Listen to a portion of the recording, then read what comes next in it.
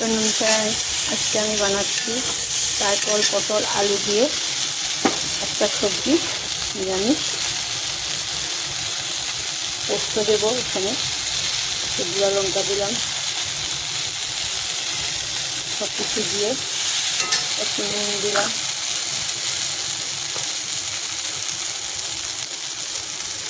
নুনটা আগে অল্প দিয়েছিলাম, জিরা গুঁড়োও আগে অল্প দিয়েছিলাম, ওই জন্য এখন দিয়ে নিয়ে আর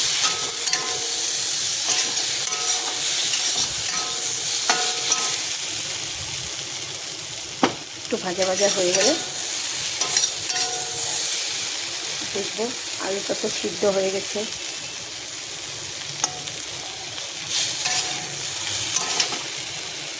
তো পোস্ত, আদা, রসুন, পেঁয়াজ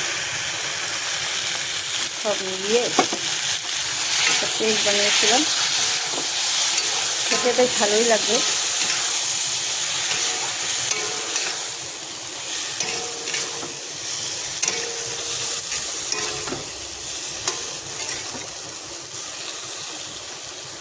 এখন একটু ঢেকে দিই, হতে থাকুক। বানাবো এখানে সয়াবিন পেস্ট করে রেখেছি, আলু দিয়েছি, আদা, রসুন, পেঁয়াজ। এখন একটু একটু লঙ্কা গুঁড়ো দেবো,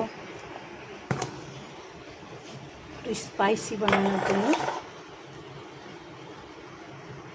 একটু লঙ্কা গুঁড়ো দিব, একটু হলদির গুঁড়ো দিয়েছি। লঙ্কা আমি অলরেডি পেস্ট করে রেখেছিলাম। একটু বেসন দিয়েছি। মুঠটা রেসিপিটা হয়ে গেলে তখন দেখাবো আপনাদেরকে। এখানে আমি আদা, রসুন, পেঁয়াজ, টমেটো, পোস্ত, কাজু, মগজ সব পেস্ট করে রেখেছি মুঠার জন্য। আমার আলু পটলের তরকারিটা হয়ে গেছে, একটু কসুরি মেথি দিয়ে নামিয়ে ফেলবো। বানাচ্ছি সয়াবিনের মুঠা, তখন দেখিয়েছিলাম আপনাদেরকে সয়াবিন পেস্ট করে। আমি বানাইনি এটি আগে, আজকে ফার্স্ট ট্রাই করেছি। দেখো, তেলটা গরম হলে বেশি দিবেন না, একটা একটা করে দিবেন বা দুটো করে দিতে পারেন, কারণ সয়াবিনটা খুবই নরম, তো তাই রাখতে অসুবিধা হবে।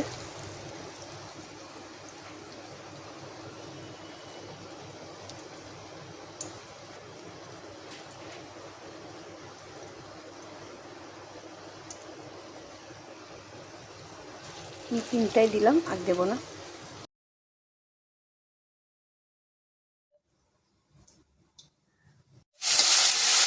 আলু, টমেটো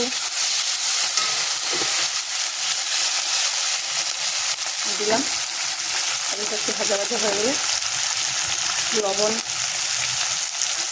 জিরে গুঁড়ো, লঙ্কার গুঁড়ো, হলদি হালকা আপনাদের পছন্দ মতন দেবেন।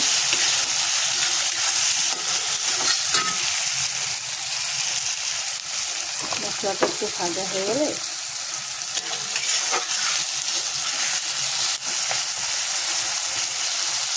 টমেটো আমি পেস্ট করে দিয়েছি, তা আমি একটু টমেটো খেয়ে ভালো পাই, তাই আলু ভাজার মধ্যে আরেকটু টমেটো দিলাম।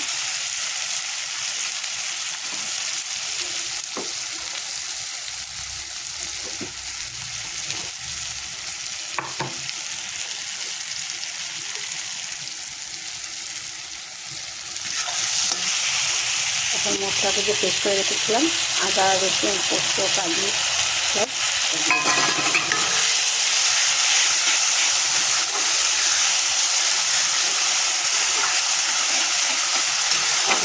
মশলাটা ভাজা হবে না। মশলাটা ভাজা হয়ে গেলে তেল ছাড়বে।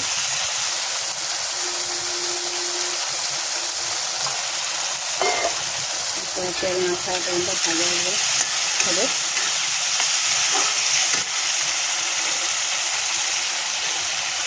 আপনি আলু না খেলে নাও দিতে পারেন, আমি একটু আলু খেয়ে ভালো পাই, তাই আলু দিয়েছি।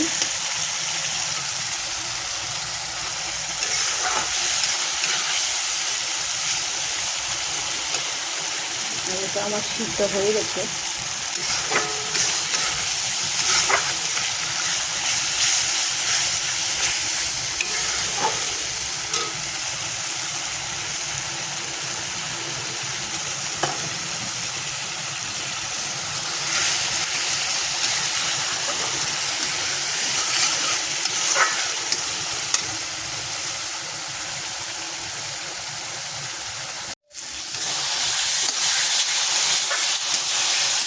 হয়ে গেছে আমার এটা, মুখটা কি সুন্দর তেল খেয়ে গেছে। তো গরম জল দিয়ে দিলাম।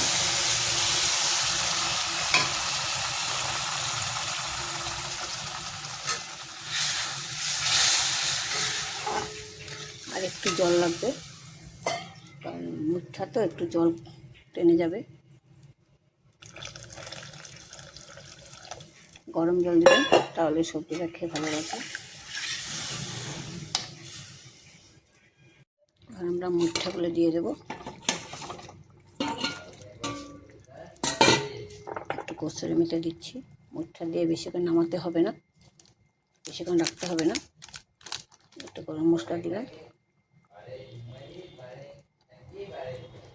কসুরি মেথি। নামানোর পরে একটু ঘি দিয়ে রেখে দেবেন।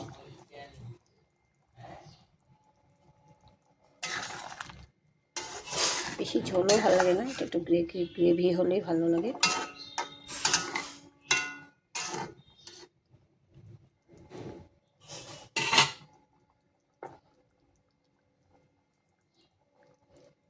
কসুরি মেথি দিয়ে দিলাম।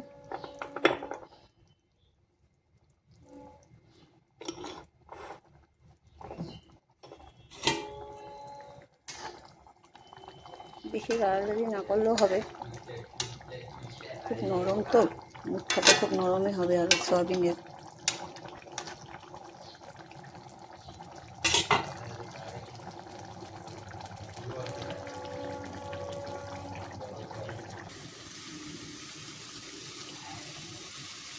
একটা লাঞ্চ মেনু রয়েছে, পোস্ত কালকল দিয়ে বানিয়েছিলাম যে পটল, ভেজিটেবল ডাল আর সয়াবিনের তরকারি। আপনাদের সময় কেমন লাগলো বলবেন।